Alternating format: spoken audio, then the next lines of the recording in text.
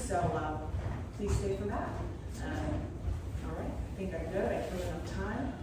So enjoy the show. Thank you.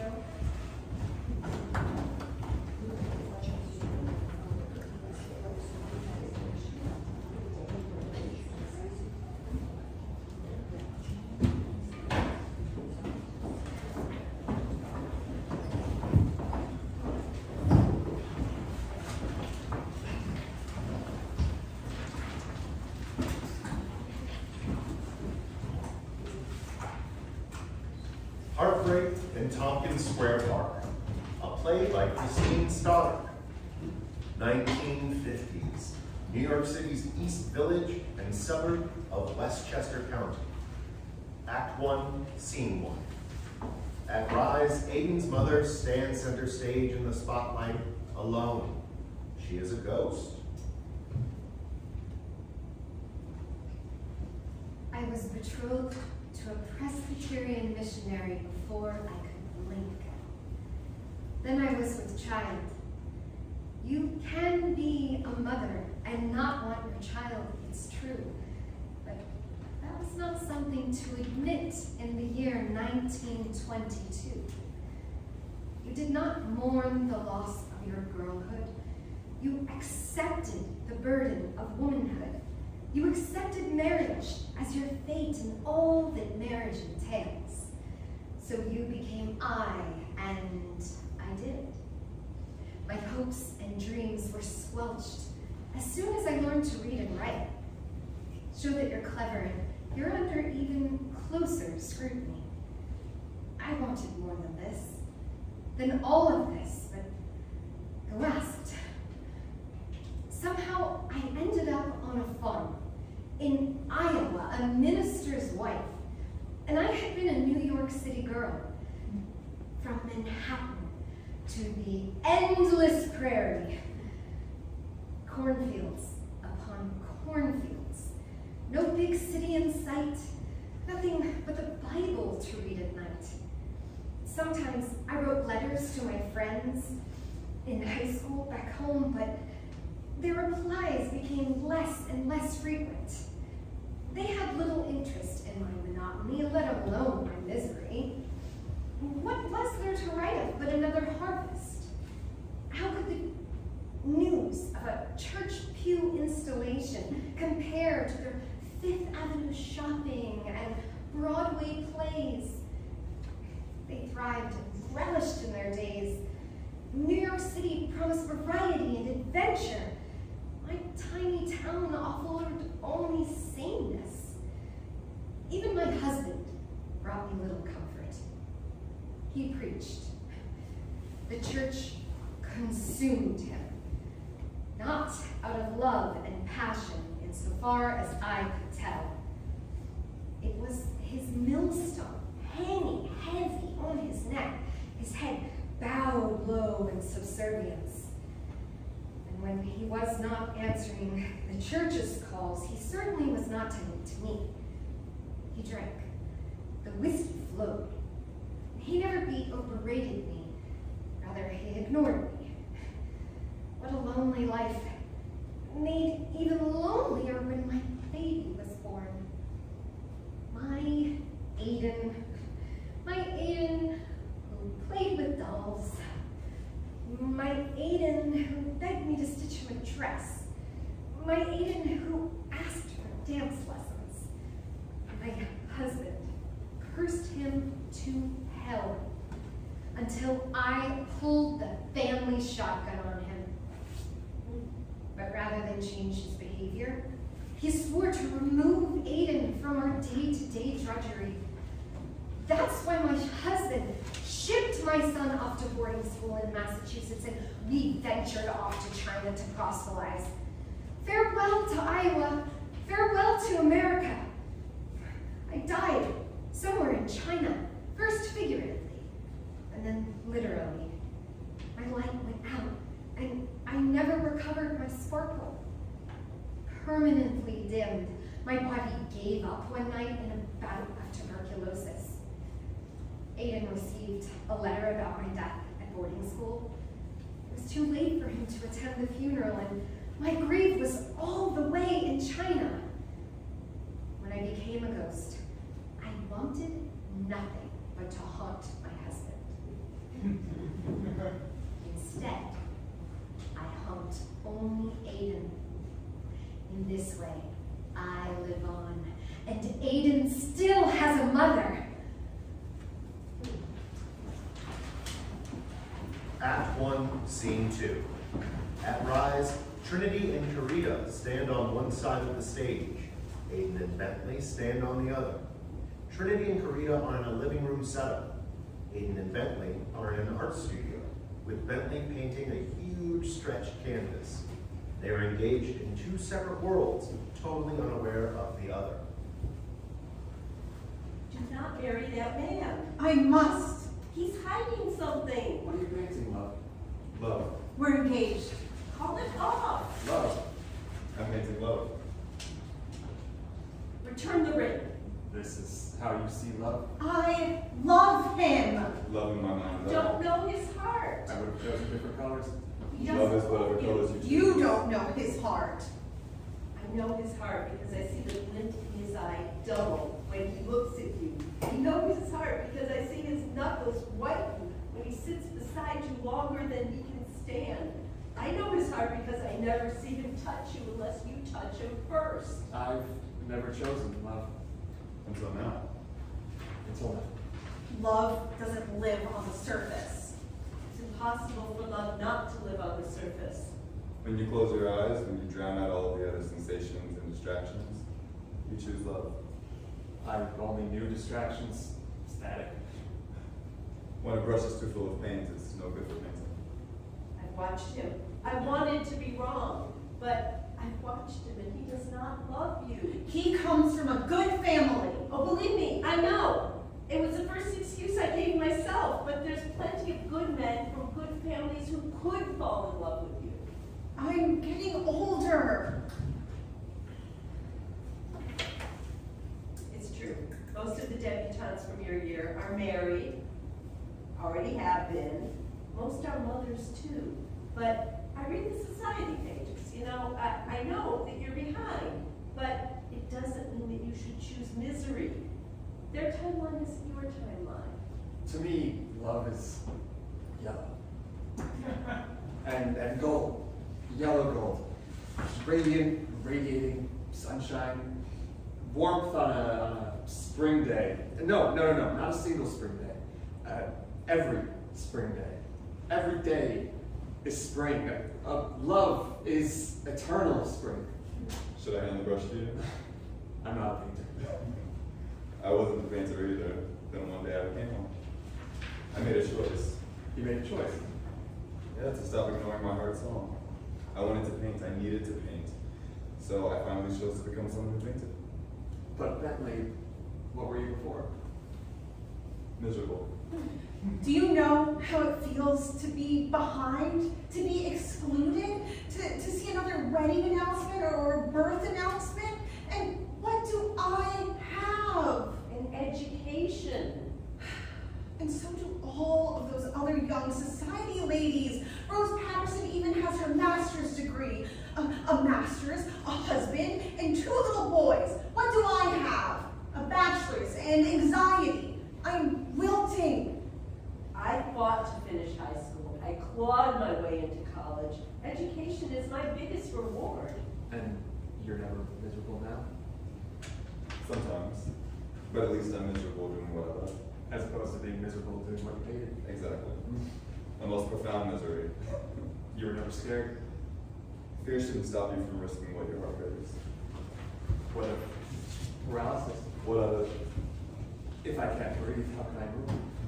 I have an education and I have depression, Mother. Marriage won't cure your depression. I'm so sick of lagging behind. Heartache will only make you sicker. What you need is to focus, a new purpose. You must move. Ensemble player number 1 and ensemble player number 2 enter as a priest and a ring bearer.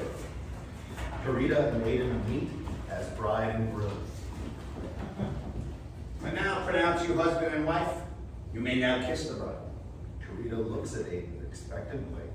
Aiden stands there awkwardly. Humiliated, but not about to lose on her big day, Querida snatches Aiden's face and kisses him. Ensemble player number 2 giggles. I present to you the newly married couple. Are we done now? June 10th, 1950, the happiest day of my life. Act 1, Scene 3. At Rise, ensemble player number 1, a priest, stands at a grave. Ensemble player number 2, the sole attendee at the funeral. We gather here today to celebrate the life of Aiden McLaurin, who has now returned to his home with our God, Father. Aiden McLaurin, we never knew him. We never knew him. But God knew him. God knows us all. He was a mystery to us all, Father.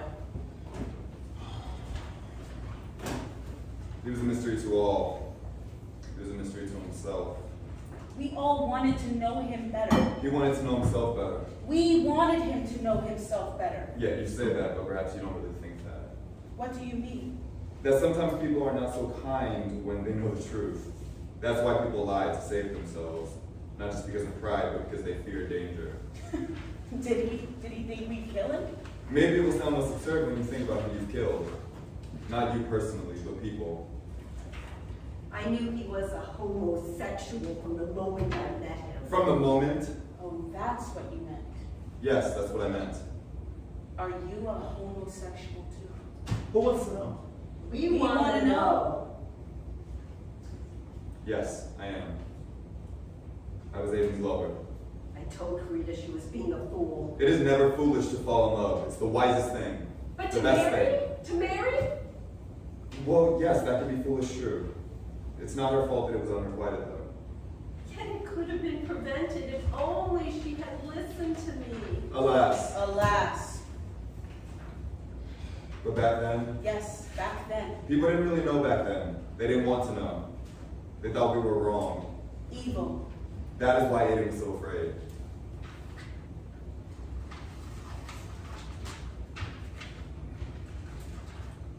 Let us go in peace to live out the word of God. Excuse me. Maddox. Bentley, Yes. what are you doing here? Where's his wife? Where's my stepmother, Cadenza? You don't know. Of course I know. I know who you are. I've known it in my bones all my days. Go away. I spent too long hiding from you. Have some respect. The man is dead. All the more reason, leave. They all know. Grandma?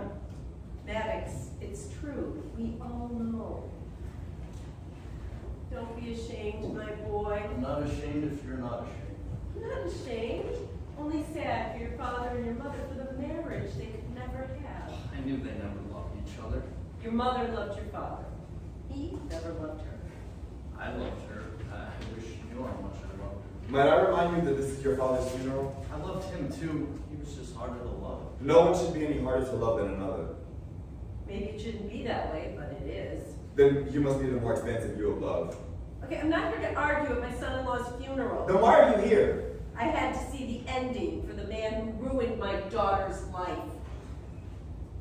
She chose to marry him, Trinity. You and I both know that. She chose it. She chose that life. Should I still be here? We should go. Uh-huh, I guess. You guys realize I'm here, right? That I'm a product of their union. That you're talking about my parents, you're talking about me, you're talking about my life. Even the most faulty union can still produce something of worth. Someone. Yes, someone, me. Yes, you. You, Maddox. My grandson, my heart. Cadenza. You're so late. Why bother coming at all? Bentley, Cadenza. Didn't you arrange the funeral? yes. And after all that, did you really expect me to attend it too? What kind of a wife are you? A beard. A beard for the man everyone knew was gay. Not everyone. Only the most exclusive work friends would have guessed. And they were hardly friends, were they? Speaking of which, where are all of his friends? We were his friends. His beard and his gay lover. He worked at the publishing house for years. Surely one of them must. He kept to himself. He was a shadow. More like a vampire. He sucked the light out. Grandma, funeral. And it's over now. I just came to make sure they put him in the ground. He's in there. Deep and good. And on about your day, I want to stay. here in the cemetery, Yes, by my father's grave. Aiden always said you were a weird kid. Stay as long as you want, darling. I'm going home, and you can come to the parlor when you're finished. I'll have the butler start a fire. You still have James? His son Jimmy took over. Care for a drink, Bentley? If you insist. Act 1, Scene 4. At Rise, Aiden and Querida sit on a bed. It is the morning after their wedding night. Is it just that you don't find me attractive? Don't be ridiculous, please. Well, because I was an actress. I worked at Broadway and off-Broadway productions. Critics wrote of my beauty and poise Of and course, elegance. of course. You're beautiful. Then why can't you make love to me? This is... What? What, Aiden? It's... Don't you dare say humiliating. What am I supposed to say? I have some dignity. Disappointing? I'm disappointed. No. A catch, Querida. A catch who can't consummate her marriage. No one has to know What on earth do you mean? that a marriage has a life of its own, that we're entitled to our privacy as husband and wife. By privacy, you mean secrecy. And what a dark secret. A man and woman who are bound by the church and by their worldly vows, but who won't lay together. But we have laid it together. You know what I mean. Become one. We have to get ready for the train. I don't want to go. What? I don't want to go to Virginia. I want to stay in New York. You want to skip our honeymoon after what you just said? We will go, just not now. I know people will talk if we don't. We already have train tickets. Oh, you're made of money, Aiden. Well, I'm not. Fine, your family is. Same difference. Both of our families are, but I don't see any sense in wasting these tickets. There's no sense in anything, in any of it. Querida, please.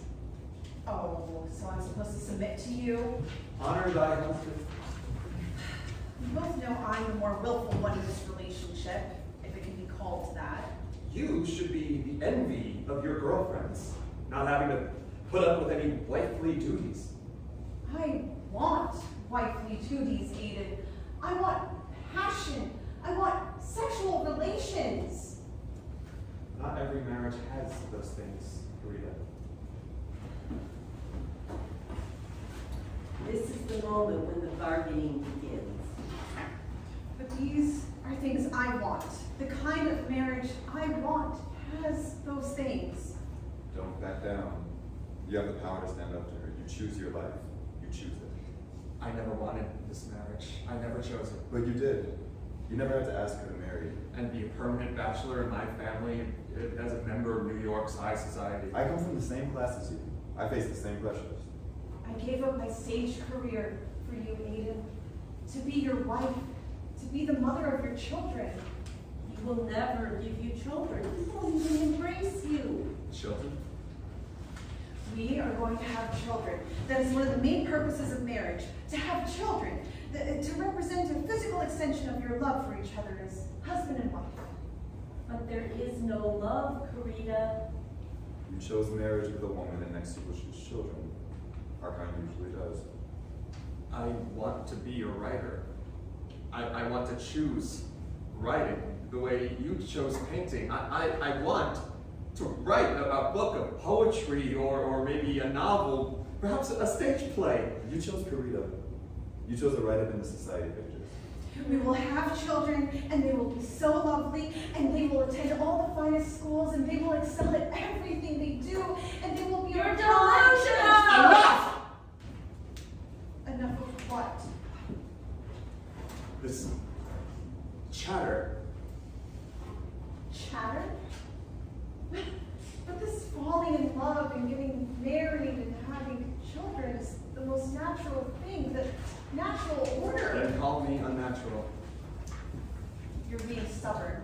I see, I have hurt your pride. My pride. You cannot sustain an erection, and it pains you to admit it. So, that's it then? You have a medical issue. Yes. Yes. Yeah. A medical issue. Oh, well, instead of going on our honeymoon, we should head to the doctor. My father knows all the finest And ones. then everyone would know. Oh, well, the doctor took an oath of confidentiality. He won't tell. But even having to ask your father. Yes, I had not considered that. Colonial Williamsburg is a delight this time of year. I would much. Well, just, you're afraid it's too vulgar for a doctor? Yes, it really is much too vulgar. You're right. I can understand that. You can. Yes, some things simply are improper, and that's why we have etiquette classes to help us distinguish what is and isn't proper to discuss. Some things you just cannot Say aloud. Exactly, and I suppose this is one of those things. I can barely believe I've said as much about the matter as I have. Yes, and I'm equally surprised. Oh, please accept my apology. I don't want you to think I'm vulgar. I don't think you're vulgar. Oh, really? Really? Yes. Really. Good. So. Then what do you think of me? I think you are just the right kind of girl to marry. You coming? Ensemble player number 1 and ensemble player number 2 enter dressed as bellhops. Good morning. Morning, sir. Morning, madam. Good morning. Hello. We're here for your luggage. The concierge said you needed 2 of us. Yes, my wife has quite the affinity for clothing. That's quite all right, sir. That's what we're here for. We can start bringing down the luggage if you just direct us. Those ones over there first, please. They're the heaviest, and we won't need to get to them on the train. Very well, sir. We'll be back for this soon for the others. Ensemble player number 1 and ensemble player number 2 grab the luggage. You play the part of husband so well when others are watching.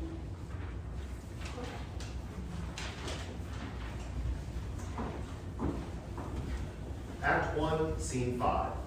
At Rise, Aiden's mother stands in the spotlight, alone. I wasn't there when my Aiden met Querida. Not in a physical sense. I was, of course, dead, buried back in China. But where my flesh could not wander, my spirit did. I followed Aiden. I watched over him. He graduated from boarding school and started at the University of Chicago before being drafted. He served in the Navy during World War II and made it all the way to Japan. But still did not come to China to visit my grave.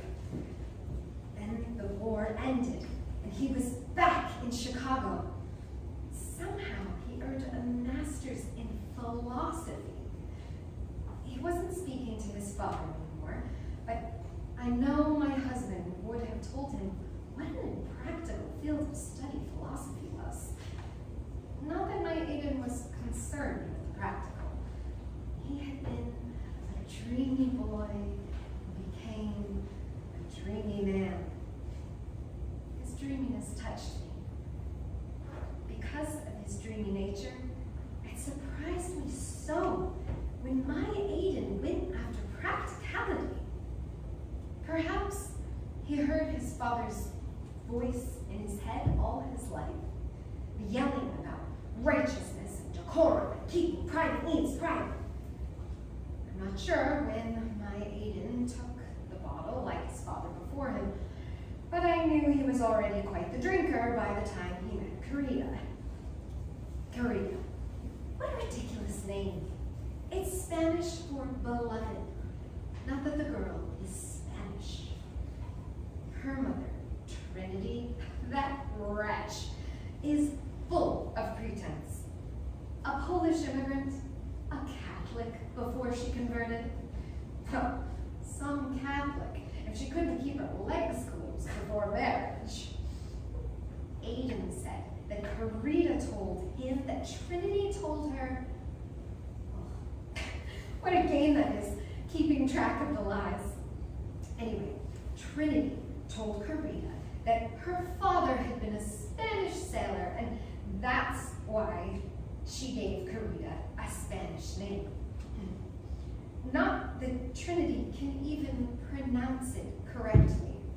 Those syllables sound so ugly coming out of her Polack mouth.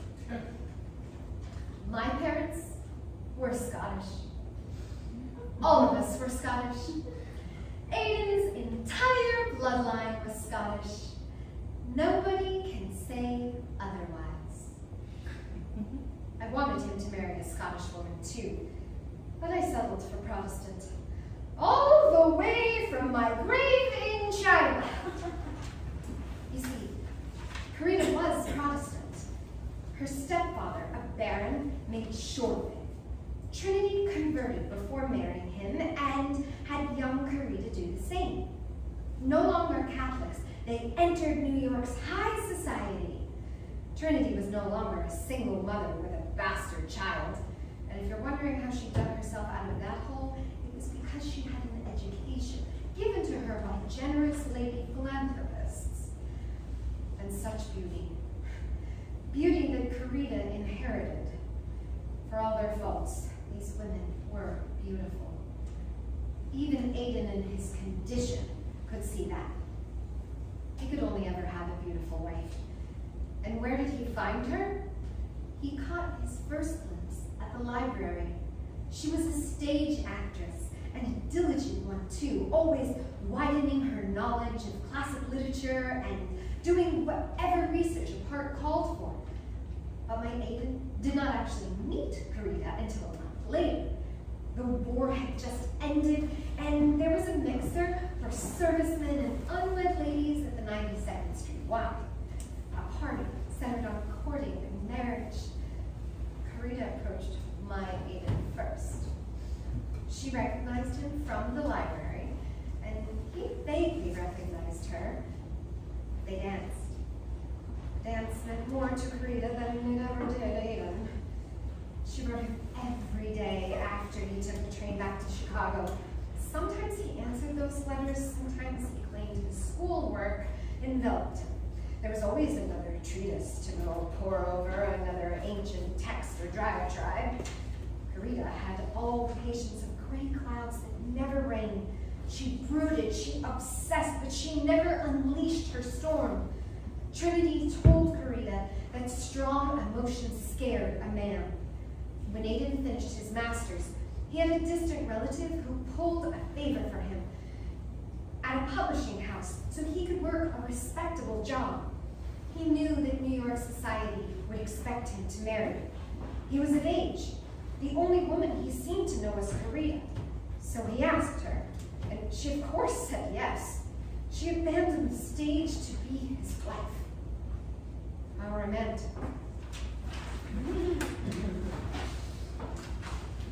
Act 1, Scene 6.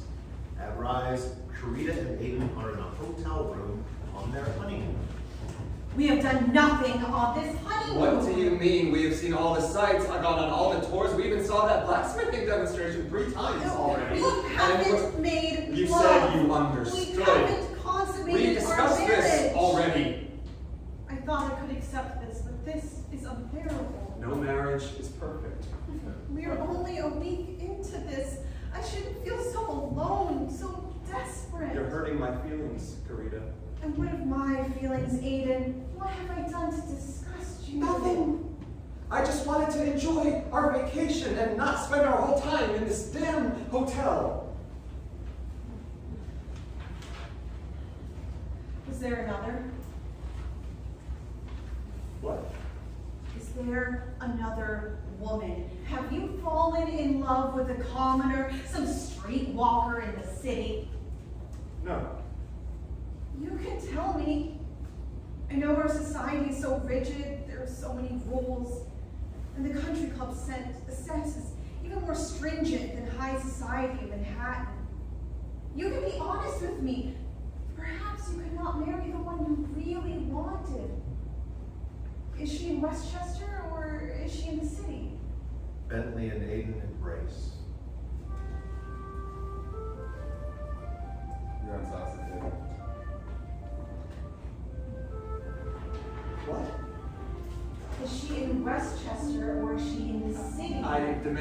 we end this discussion, we have another tour to get to. Yes, husband dearest, as you wish. Once it starts, heartache is hard to cure. Act 1, Scene 7. At Rise, Aiden stands transfixed by a painting. Ensemble player number 1 and ensemble player number 2 mill around the gallery as patrons.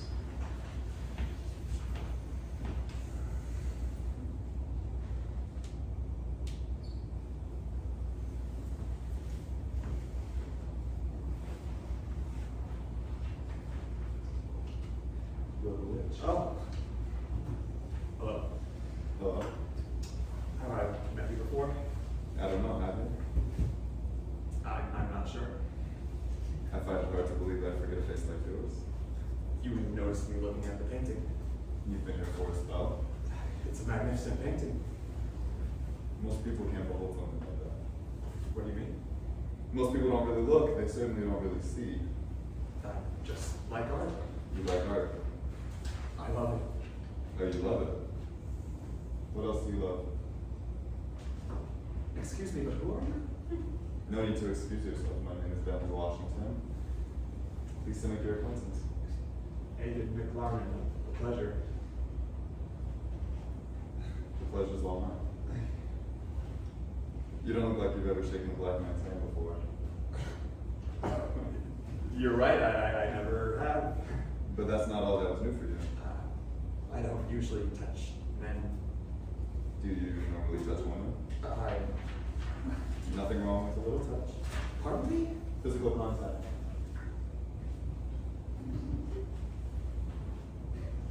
Too fresh? I can be discreet if you prefer that. Discretion is an admirable quality. Depends on who you ask. There is such a thing as too much subtlety.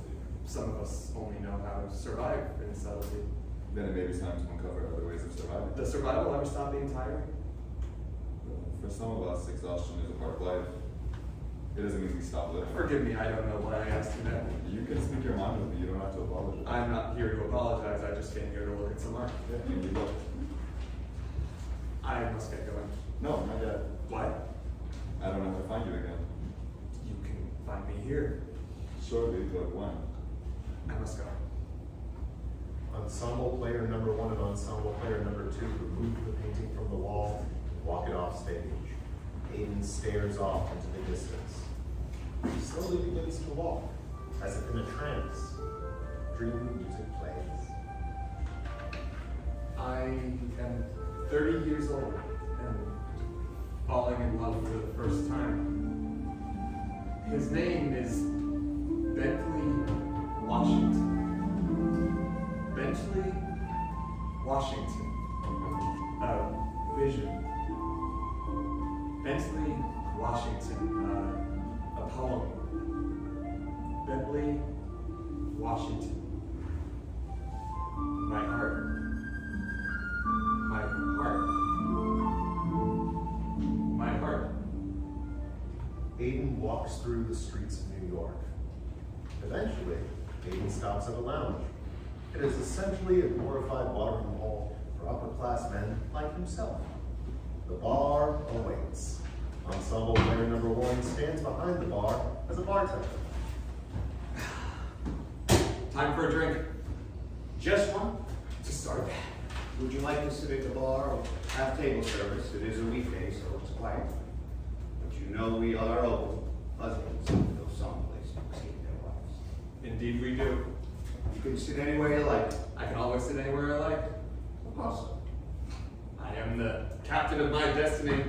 Is that right? Of course, sir. I can make my life. Is that right? Of course, sir. Then why doesn't it feel that way? Trouble at home, sir. Trouble everywhere. But especially in Westchester. That's why we're here, to give commuters like you refuge and hope. Amen. Whiskey, sir? Gin and tonic. Straight away. Unless you have a cocktail for heartache. Oh, if only, sir. I guess you wouldn't be working here then. I don't mind working here. At least here I am among gentlemen. And scoundrels. I suppose so.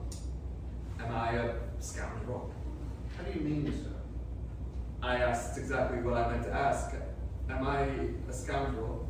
That's impossible for me to say. We've only just met. But you haven't murdered anyone in my presence or cheated anyone, so far as I can tell. Cheated someone. Robbed someone of what you owe them. What do any of us owe anyone? Philosophical questions, sir, are not I to answer those. I'm hired to portraits. But if you were hired to answer those, what would you say? Well, I suppose I would say that in our society we have contracts. We make promises of different kinds, and that when we promise something, we should honor them. That is quite well thought out for someone who isn't paid to think such things. Hypothetically, if I were paid to think such things, that's what I'd say.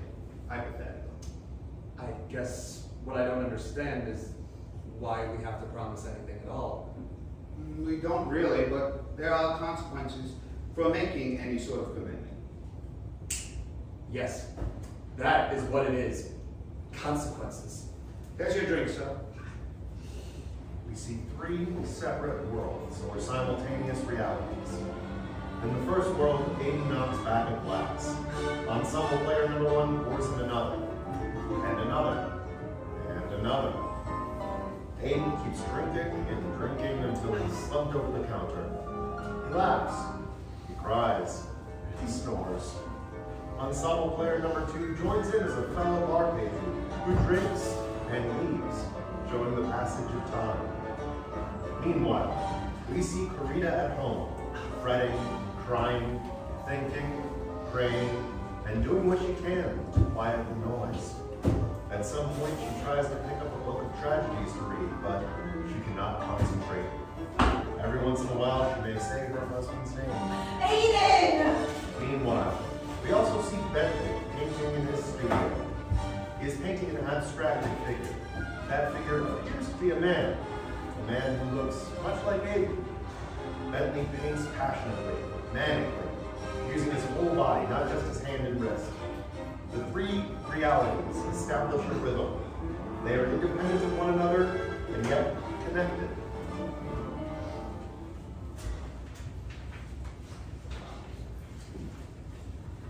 Sir, the bar is closing. It's time to go home.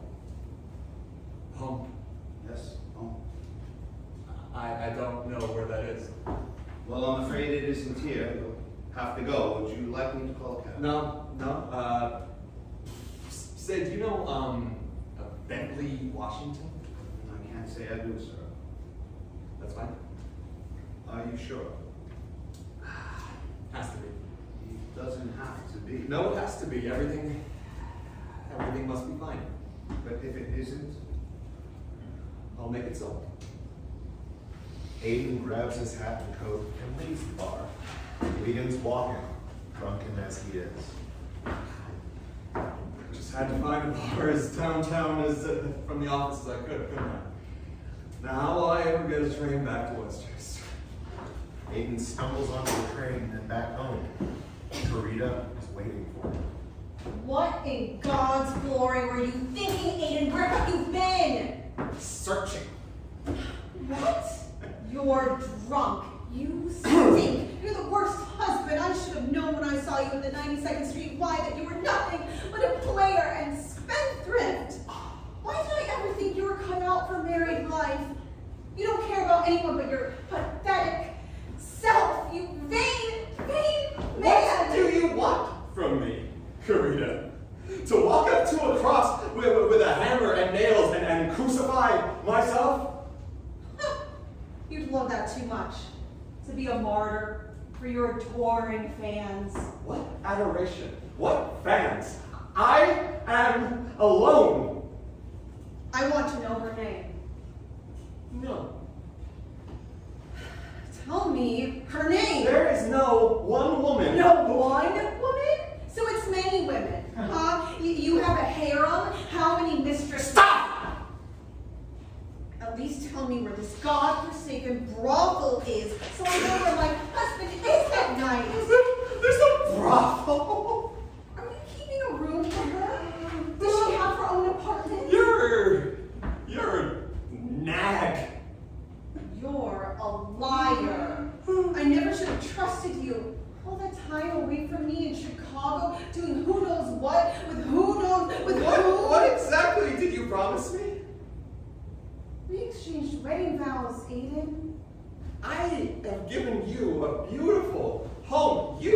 have more money, then you Oh, would it's even know. not about money. I want you. You have me. You have me in this cage. I will never forgive you. Fine. Fuck me. Fuck me. That's what you want, isn't it? You want to fuck me. You want my body. You want my flesh. Take it. Fucking take it. I don't care. Aiden begins ripping off his clothes. You're such a beautiful man. Beauty never brought happiness. Querida kisses him. Aiden flinches. Then he kisses back. Is this finally happening, Aiden? Yes, Querida. Let it happen. Mother, is this how it's supposed to be? Don't speak.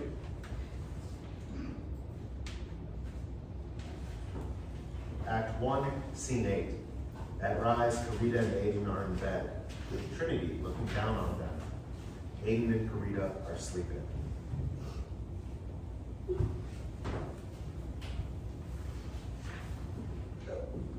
Querida, what is it? What time is it? We did it. We finally did it. So we did. Didn't we? Stop. Stop. Do you remember it? Do you remember any of it? What? Do you remember making love to me? Please say you remember. Oh, you intoxicated fool. Querida, you are going to be the mother of my child, I promise. You've made so many promises. Not really. I guess it was all talk on the wedding day. It was just words. I see. Just words. But you will be the mother of my child. And that is not just words. I know. I can feel it. Already. Yes. I have to go. What? Work, the office. Oh, surely. My great uncle procured that position for me, Querida. I won't do anything to jeopardize it. No, I had hoped we would have breakfast together to celebrate our first morning as husband and wife. Really, Querida, such girlish fantasies. All my life I was prepared to look forward to this moment.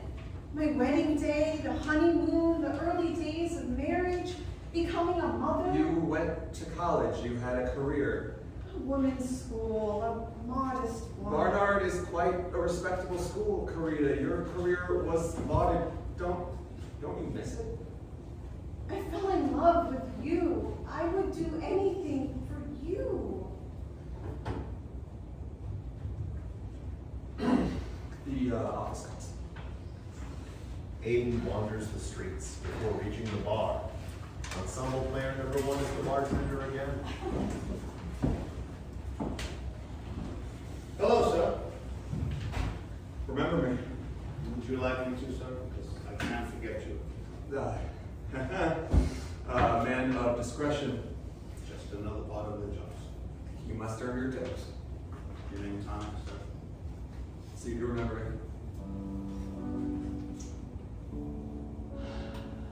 Here you are, sir. Thank you very much. Just one, I have to be going to work. I see. As you wish, sir. But perhaps a second one couldn't hurt. You know, if it's not as boozy as this one. That can be arranged, sir. Of course. Such a fluffy job. Such an easy, fluffy job. Aiden drinks and drinks and drinks. May I get you another, sir? No. I have work. I have to get to the office. Yes, sir. Close your tab, then, sir. Please, Aiden McLaren. Yes, I know. I mean, yes, sir, I will. A desk is rolled in front of Aiden. He barely realizes that he's now in the office, Where did time go? Oh, I'm at my easy, fluffy job now. What a fluffy place! Full of fluffy people! Ensemble player number 2, dressed as an office worker, enters. Mr. McLarnon, you have a new secretary. Oh, yeah, I need one of those. What happened to the young girl again? Miss Amanda, she got married, sir. Right. We had an engagement party for her, here. Her father runs the London office. Right. Anyway, should I call in the new girl? Yeah. Miss Cadenza, Mr. McLarnon is ready for you. Cadenza enters. He is striking. Mr. McLarnon, please meet your new secretary, Miss Cadenza. Pleased to meet you, Mr. McLarnon. I look forward to working with you. Okay. Please excuse Mr. McLarnon. He's recently married, and to the actress formerly known as Querida. Karasinski. It's Polish. I know. She's quite the catch. No wonder you don't look at me. I am happily married. That's what they all say. You just mean it differently. Act 2, Scene 1. At Rise, Aiden is at the office. Cadenza enters and puts a small package on Aiden's desk. Then she sits down and starts typing something. Aiden is reading the newspaper. Cadenza steals a few glances at Aiden while she works. He never once glances at her. A package, sir. Yeah. Yes. Aren't you going to open it? In time. A man left it at the front desk. Oh. He was quite good looking. Sir, it's been 3 months. You can look at me, you know. Pardon me? It comes with the territory, secretaries, bosses. Please don't be crass. They prepared me for it at secretarial school. I did not. They did. I am a married man I heard. to a beautiful former actress. Uh-huh. I'm a newlywed. Not so newlywed now, 3 months in. It is still the first year. Yes, I know. A man is supposed to be madly in love with his wife the first year. There is no reason to be vulgar. Have you been rehearsing those lines? Excuse me, Cadenza? All that about being a married man and married to a beautiful former actress. Well, I am. If you're going to lie, at least lie with a little bit more conviction. Cadenza, I don't have time for this nonsense, and I prefer not to have a secretary who clowns around, so if you return to typing up that report. I'm dead serious, Aiden. We can both stop pretending. And you better open that package. That man must be in love with you, or at least painfully in lust. I don't know what you're insinuating. I'm not insinuating anything. Aiden rips open the package. It contains a small painting, identical to the one he saw in the gallery. That's his way of sending a dozen roses. He's a stranger. If that's the case, he doesn't wish to be. It's a business strategy, marketing. He noticed me admiring the painting, full-size one, and in a gallery, and now he wants me to buy it. What a ruthless salesman. Yeah, anything for sale. Do you hear yourself, Aiden? That being said, it's a fine little painting, and I'll put it up here to find the place. And Nobody else at the office knows your secret, Aiden. That's why they gave me to you. They thought you would appreciate having a beautiful woman around. They never suspected. Cadenza, do you want me to write you up for insubordination? You won't? I won't. No. Because you know that I know your secret. There's absolutely no point in us being coy about it. I know you're a faggot. That painting isn't a sales floor, it's a romantic gift. This conversation ends now. You're being absurd. Don't miss an opportunity for solidarity, my friend. I am not your friend. Don't you wonder how I know? You know nothing. I'm a lesbian, Aiden. I love women. I have no need for a husband in the traditional sense, but I need an ally, a cover. We need each other. What does any of this have to do with the report? We've spent 3 months here together, every day in the same office. You refuse to share anything about yourself, but I watch you. I spent my life looking out, watching the world. I grew up in the Orthodox Jewish community in Midwood and was never allowed to fraternize with goys. But I'm tired of watching the world and not living in it. Besides, I knew I could never love a woman in that community. So I left when I was 16. I rented a room.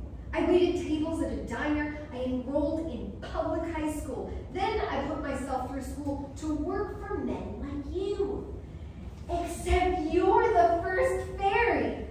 The rest of them gawked and groped and pushed for more. You don't even smile at me. Maybe I'm simply a gentleman.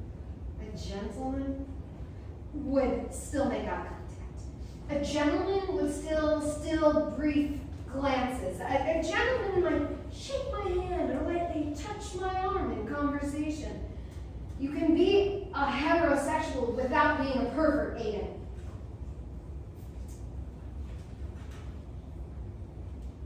But you don't find me attractive not because I'm a troll. I know I'm gorgeous. My looks are a part of why I could leave Midwood and start over. My looks are currency to a straight man. Me not making your heart flutter has nothing to do with my looks. You speak with such conviction. I've met homosexuals before, Aiden. I'm a homosexual. This kind of talk could get us arrested. Not if we're smart. You have got beauty and brains, Cadenza. I would never deny that.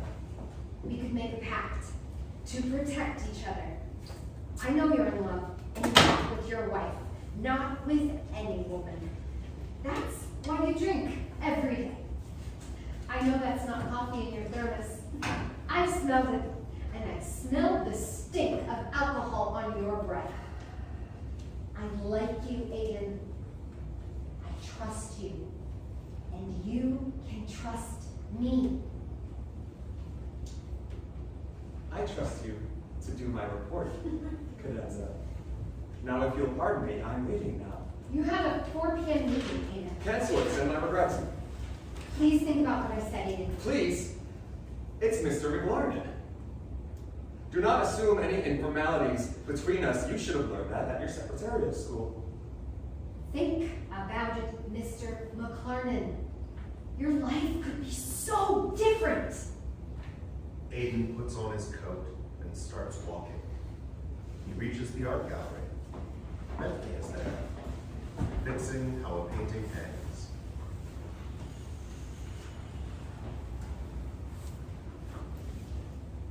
Go for it. Paint this one too. Aiden McLarnon. You remember first. Months, you remember. Of course. And it is my painting, just like the one I dropped off at your office. That was bold. I'm never anything but. It's divine. You were divine. Please, not here. This is my gallery. You own this place. You sound surprised. But you're A Negro? A colored man? This is New York City. And I live the life I want to live.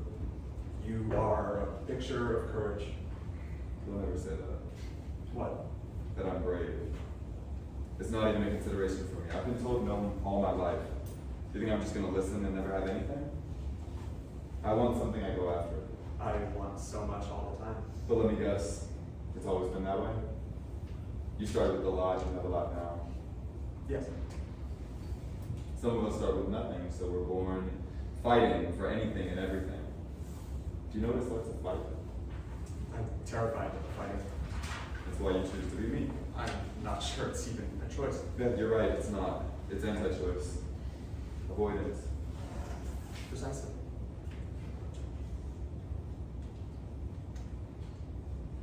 I haven't seen you. I've been busy at work. You're married. Excuse me. You're wearing a wedding ring. Why, yeah, I'm married. I haven't forgotten you since the day we met. Somehow I didn't notice you were married. Yes, my wife. Your wife. I have one. Of course you do. You came to my office. You saw that It comes with the territory of maintaining such privilege. there are rules Meant to be broken. that would require the capacity for imagining how to break them. It's not so hard to imagine, it's much harder to decide. You're so wise. I'm not here to save you. I'm not your magical Negro. I'm my own character in my own story. But you're still wise. Yeah, I'm not here to serve your narrative. I wasn't asking for that. It was starting to feel that way. Must happen a lot. It does. How do you get out of it?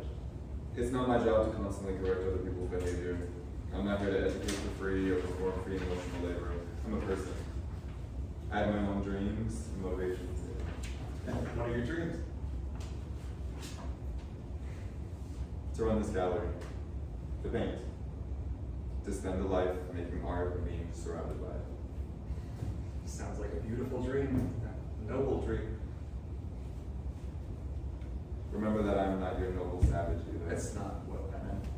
Think about what you mean and what you say and what impact it can have on other people. The words that come out of your mouth, those are just more choices you're making. There are too many choices. Yeah, but the combination you make is unique to you. I want to make my mark, I think. You need to start by being honest with yourself. Aiden, can you do that? I need to know myself better. I want to. I want to know you better too. Would you like to see my art studio? Are you calling on me to decide?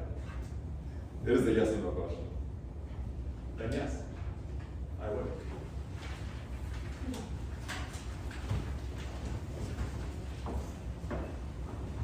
Act 2, Scene 2.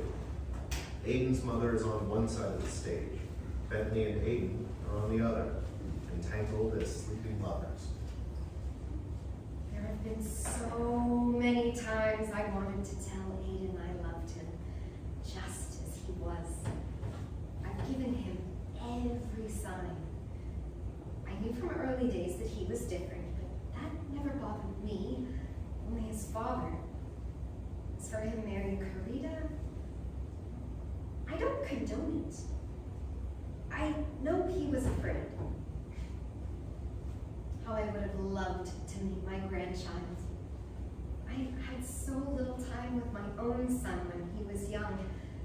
I've tried to visit my grandson, Maddox, but he doesn't see me, and he never stands still long enough for me to really look at him. The lights go up on Querida, who is dialing a rotary phone. Hello, good morning. I'm calling about my husband, Aiden McLarnon. He didn't come home last night. Now, Cadenza. I wonder how Aiden's life would have been different if he had met that woman sooner. He could have taken her up on her offer right away. He didn't sleep in the office? He's never slept there? Could you tell me about his meetings this week?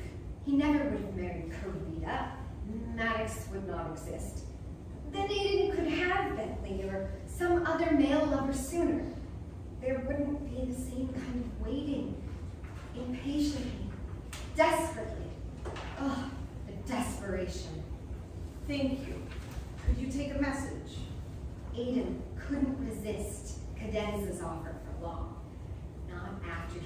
finally kissed Bentley. From that moment they were one, in love, together, bonded. It was fated. Could you tell him that he has a son who misses him, a son who needs him, that he should come home for Maddox?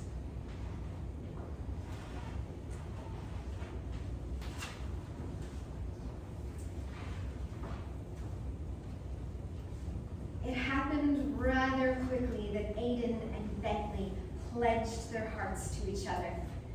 Aiden wanted to resist, but could not. Yet there was still the issue of him being married to Querida. 5 years. 5 years he waited to leave her.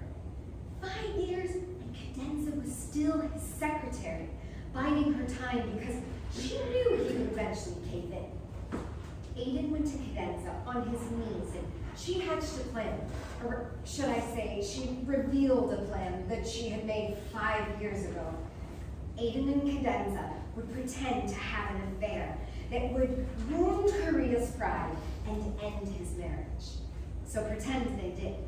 The whole office decided they were lovers, that Aiden was not a man of honor, like he was a man like any other man who had fallen prey to the temptations of a beautiful woman. Aiden's colleagues delighted in the gossip. They whispered and babbled and soon spoke openly about the affair as a fact. Then they told their wives. Perhaps warily at first because they didn't want their own trespasses discovered, but once the tale became common knowledge among the wives, it didn't take long before Querida heard. She pretended not to hear the rumors at first. Then she denied them. But as Aiden spent more and more nights away from home, she had to admit her suspicions. Aiden only ever came home drunk. Querida's suspicions grew into acceptance. Her husband did not love her, which she knew, and placed his affections elsewhere. Of course, Querida knew nothing of Bentley. She assumed Cadenza was the culprit. She was the secretary after all. We all know the story of a boss and his secretary in the late nights and gin on the breath the next morning. Querida thought she knew. They all thought they knew. She couldn't have ever guessed about the handsome painter, about the art shows, about the literary salons, about the book Aiden was writing, about a plot Aiden was following to live out a life made possible by his secretary, a woman in much the same situation as he was. Cadenza had her flames, and then finally her flame. When she fell in love with the woman she was certain was the one, Cadenza told Aiden that this phase of the game had gone on long enough. Aiden was to divorce Querida. Aiden and Cadenza had to get married. And of course, Aiden agreed because he knew Bentley was the one. His roaring love was reciprocated. So Cadenza and Aiden enact the next phase of their plan. Aiden does not go home to Querida for 1 whole week. No phone calls, no letters, no communication. That's it, Aiden. That's it. I want a divorce. You're despicable. What a sorry excuse for a husband, let alone a father. I rue the day I opened my heart to you. I rue the day I met you and your ugly, ugly soul. I'll have my attorney draw up the papers. Of course you don't fight for our marriage. What is there to fight for? We have a son, Aiden. What of his life? He already knows his parents don't have a happy marriage. I gave you my life, Aiden. I never really wanted your life, Querida. I wanted mine. I'll tell everyone you're a drunk. Why? To save face? To say that's why you left? You can't go 3 hours without touching booze. It's gin, Querida. A gentleman's drink. But besides, they all drink too. Our society is unbearable. I'll tell everyone everyone. You beat me. I was never abusive, Querida. Only negligent. Did she say yes? She asked for the divorce before I did. We'll have to celebrate. I really did love him. Ensemble player number 1 enters dressed as a courier. Afternoon, madame. With the lost days. Every dream is broken. Ensemble player number 2 enters dressed as a mover. Hello, madame. We're here with the moving truck. Start with the boxes in the living room. We'll have to leave Westchester. I have to take Maddox out of his school. I'm not sure where we'll live in the city, but we can't stay here. I'm going back to Europe, Querida, to find my Spanish sailor. What? No, where are you going? Why? I'm going for love. But Mother, Aiden and I are getting divorced. I need you here. I've been here the whole time. I need you now. I've waited long enough. Don't abandon me. I can't abandon my own dreams. You'll make do. I taught you how to survive. I'm always in your head anyway, Querida. I'm in your thoughts. I'm in your blood. I'm in your soul. I'm here to guide you. Sometimes you don't want to be guided, but I'm here to guide you. I hate him. I hate him because I love him. Mother, they're inviting me to the wedding. You will, of course, decline the invitation. You have no place in that abusive drunk's life, and he has no place in yours. I'm filing for a restraining order against him. Mother, please guide me.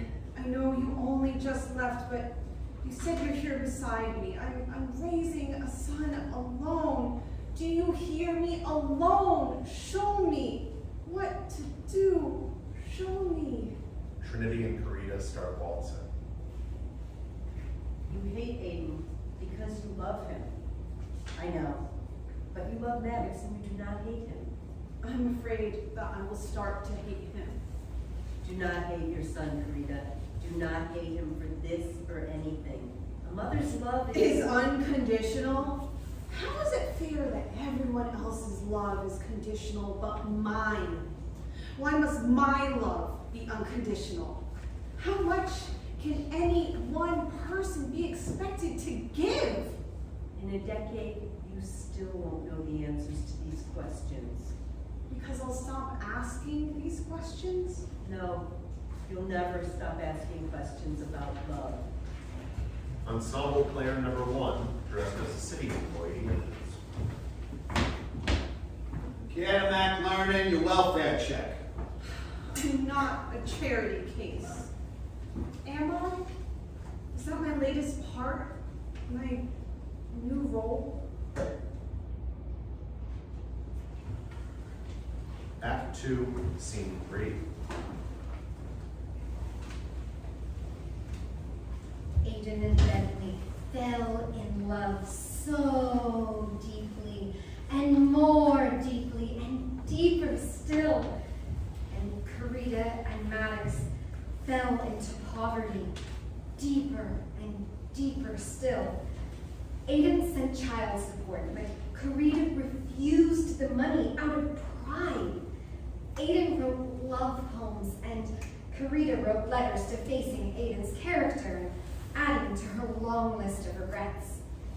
Sometime during Aiden's first fancy as a poet, Bentley began painting a portrait series based on Aiden's form. Those poems added up to a manuscript. Those paintings added up to an exhibition. Their love was productive, fruitful. Meanwhile, Maddox grew and grew into a young man, hateful of his father, but still curious. Querida had cut off all contact between them. She preferred drinking, much as her husband had before her, to discussing the truth. Mother, I have to leave. Are you going to the store? Get me more vodka?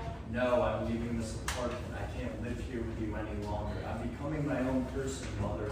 A man. I'm changing, and I can't stay frozen with you. I'm not frozen.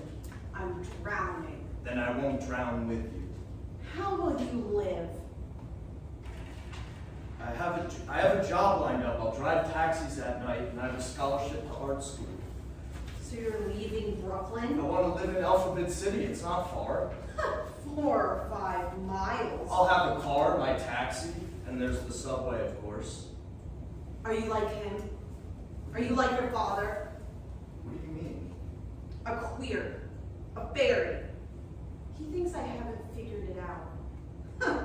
That Cadenza whore doesn't even suck his cock. Mother, you're drunk. It's one of the reasons I have to leave. Classes start next week. I'm all packed. I plan on heading into Manhattan tonight to see what's there. I raised you in Rye. That's what I wanted. Green lawns and houses out of picture books. You weren't supposed to end up in Brooklyn. You did what you could until you stopped trying. You stopped trying? I've always tried for you. It's myself I gave up on. No, But for you, I always tried. not for some time now.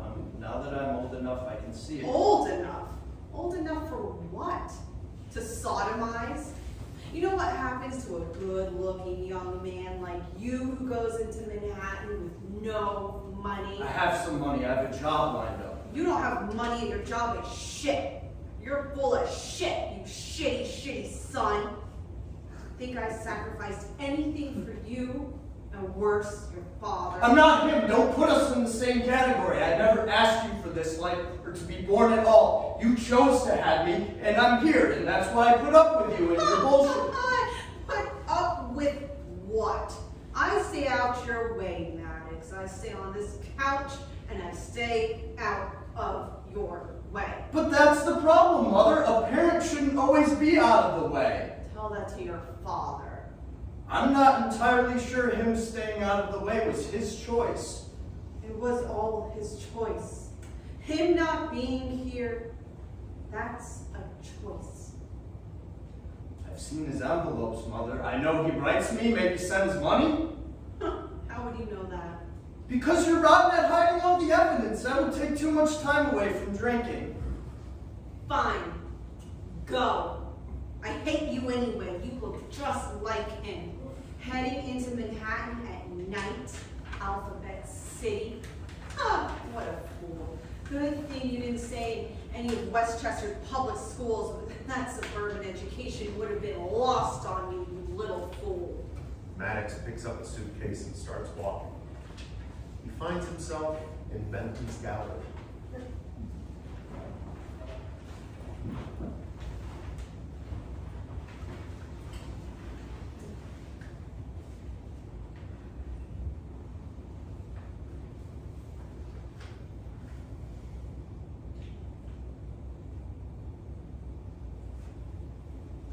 You're quite involved in that, aren't you? It's hard to tear yourself away after a while, all the time invested.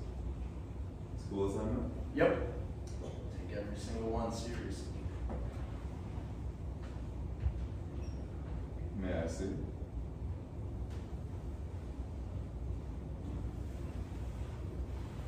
Why, you have some talent. Thank you, I'm on scholarship. Maddox McLaren. Oh, it's written on the sketchbook. Yes. You want to do this professionally? Very much. Right now I'm driving a taxi. Well, you should come back here. This is my gallery. Yours? Yes, I own it. Amazing. You know, you remind me of someone. Really? It's funny that you should stop here. Is your father Aiden? What? Yes. How did you know? What? I told him that you would come looking for him one day. I did. I have been. I looked him up in the phone book, but well, I know he lives around here. He does. I've walked by the house before, but I've been too timid to knock on the door. Have you seen him? I have. How do you know that? You must be what, 17, 18 years old? You live here, you go to art school. You've started to see the world in all its complexities and shades of gray. Not everyone does, many people don't. They see a finite number of possibilities, they don't see options. They don't see reality branching out in so many different directions. But you're on that path, Alex. You have eyes that can see those things. Maybe not all of it now, not yet, but they will.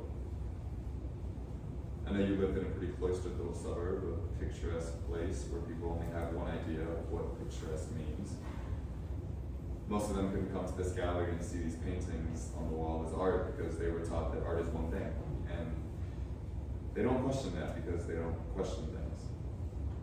But you, Maddox, are becoming the kind of person who questions things. You know that just because you were taught one thing doesn't mean it's the only thing, that there are many things, that this world is full of so many, many things.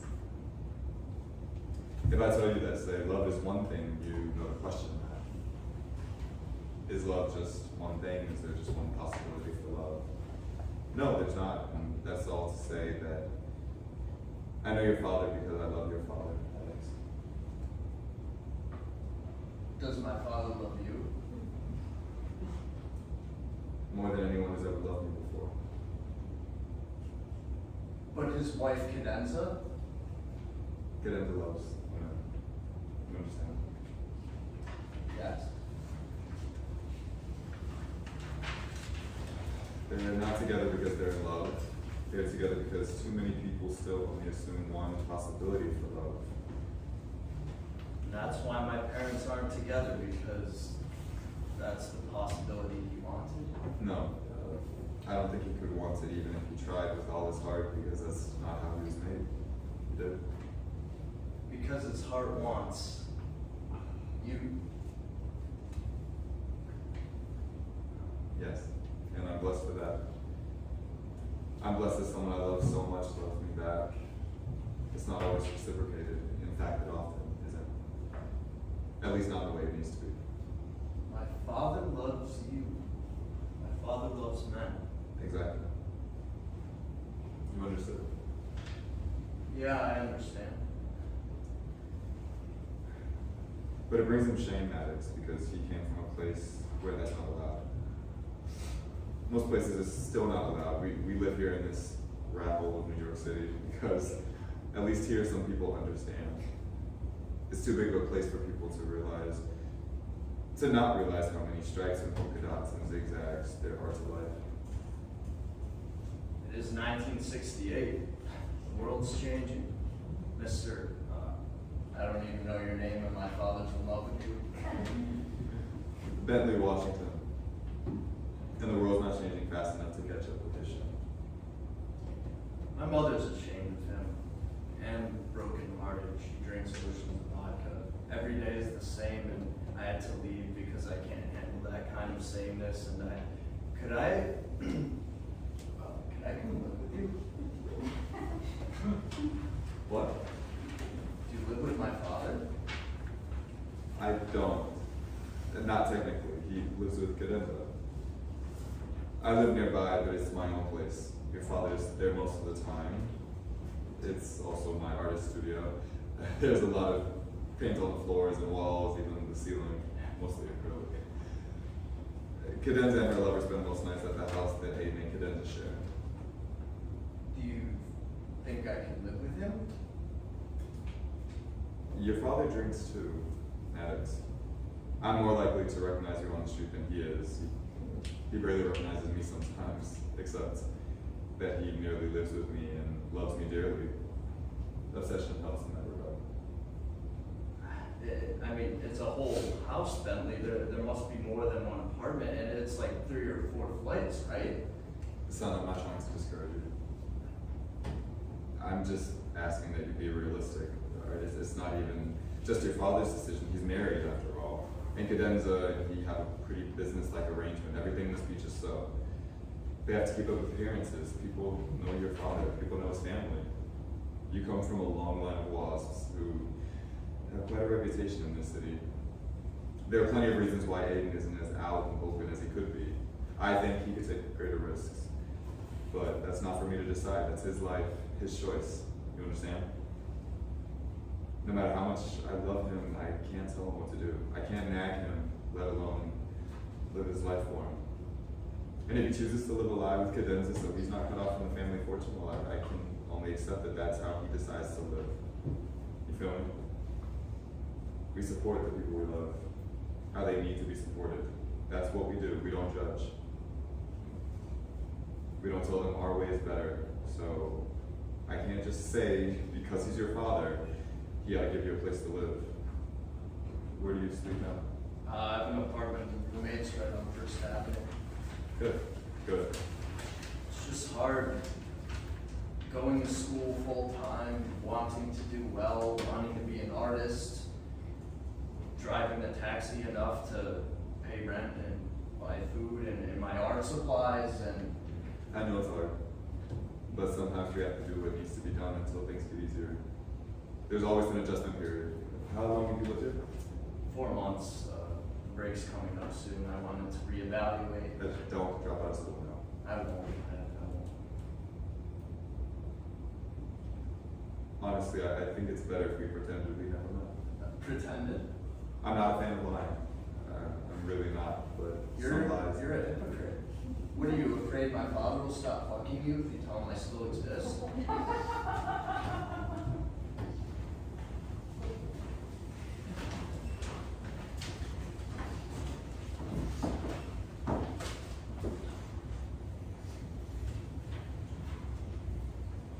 My Aiden drinks and drinks as much as his ex-wife does. The only difference is that the one he loves him back. For that, he drinks. He drinks for being born before society has any empathy for his kind. He drinks for not knowing his son. And when he does not drink, and when he does not love Bentley with all his body and with his mind, sharing their time together as lovers, he writes. And when he writes of Bentley. He writes of his love for him and for Bentley's love of the poet himself. He writes of Bentley's eyes and mouth and hands and all of him. A mother knows some. A ghost mother knows more. My Aiden loves Bentley with all that he is. He wanted to give as much love to Maddox, his only child, but that was never destined. His mother forbade it. Even when Maddox went looking for him, their relationship as father and son could not come to fruition. For that night, while Bentley and Maddox were talking, Aiden finally drank more than he had ever drunk before. Something in the air that night. Something about Cadenza wondering if they needed a front at all anymore. She told him about beatniks and hippies and radicals and marches and changes. So many changes. Aiden asked Cadenza if society would ever consult him first. She not only laughed, but cackled. Then she left because she had a rendezvous and she wasn't going to bore herself with another fight with the same old sorry drunk, she said. So Aiden kept drinking and drinking and drinking and drinking and drinking and drinking.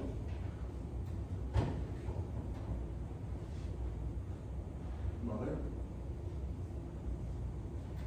Lake Michigan, Bentley, Newton, Pig Farms, Bentley, fall of 15, Chicago, that winter, the worst winter, Bentley, mother, Beijing, never went.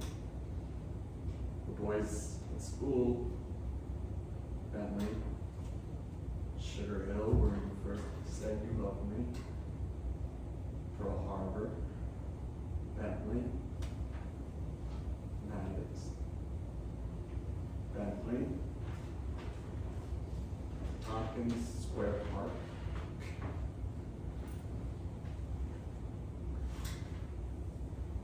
Bentley?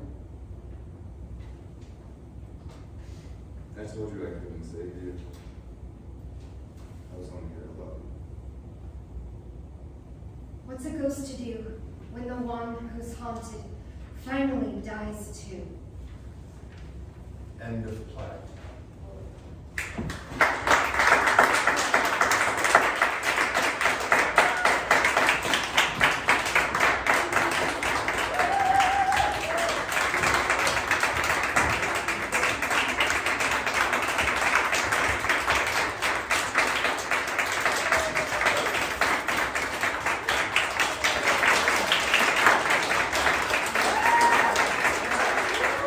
Thank you all so much for coming. This was the very first time that this play has been performed in front of anyone. So in 3 minutes, we are going to have a Q&A and talk back. We are very much open to any notes or questions people have, since this was the very first performance. So use the bathroom and hopefully we'll see you in 3 minutes. Thank you.